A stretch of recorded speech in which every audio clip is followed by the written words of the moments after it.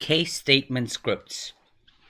Now, this lesson, we will go over the statements of case where you are given options in a script to pick from. So it's like an interactive way of involving user, whether they wanted to select option A, B, C, or so forth. So in case statement, if A option is selected, do this. B is selected, do that. C is selected, do this. So these are the different options. And what exactly A or B or C is going to do? Well, it depends on what the variable you assign to them. For example, if you assign A to do to output date on the screen, it will output the date if A is selected. So now let's look at the script.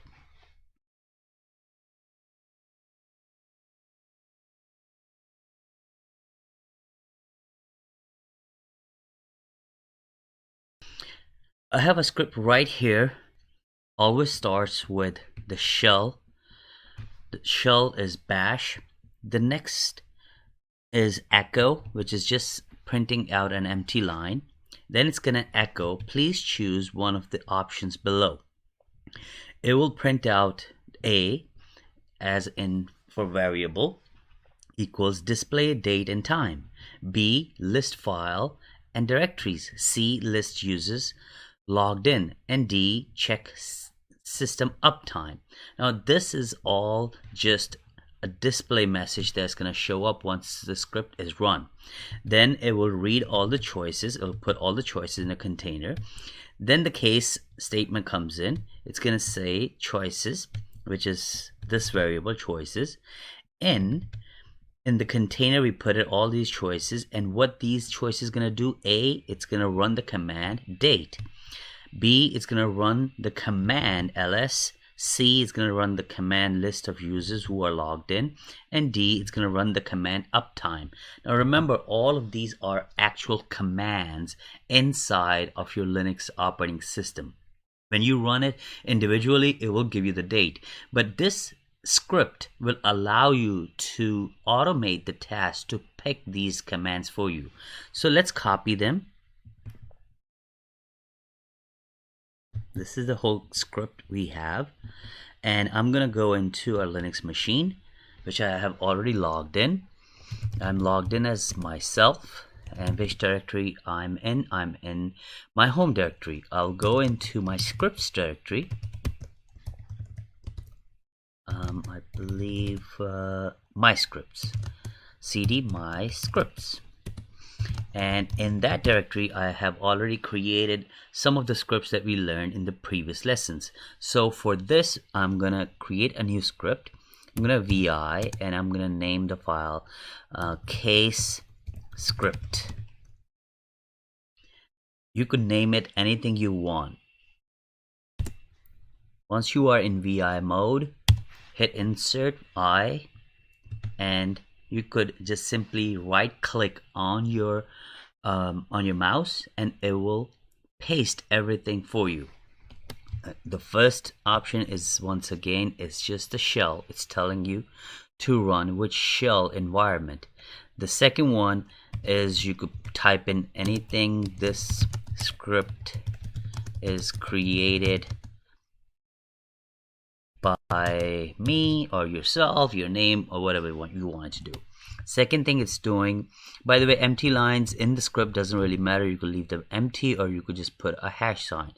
Next thing, echo. Again, echo is just gonna throw an empty line on the screen. And as we went over the script, this is exactly what it's gonna do. And we're gonna save this file. Do ls-ltr. This is still a file. It's not a script because we have not assigned executable permissions to it. So to assign the executable permission, a plus x, to assign executable permissions to all, user, group, and others, and the name of the script is case script. Verify it has all the permission. Yes, it does. Now we're gonna run the script by / and type case script. Once you're gonna run it, you'll see it's gonna give you that please choose one of the options below. So you have the list of options right here.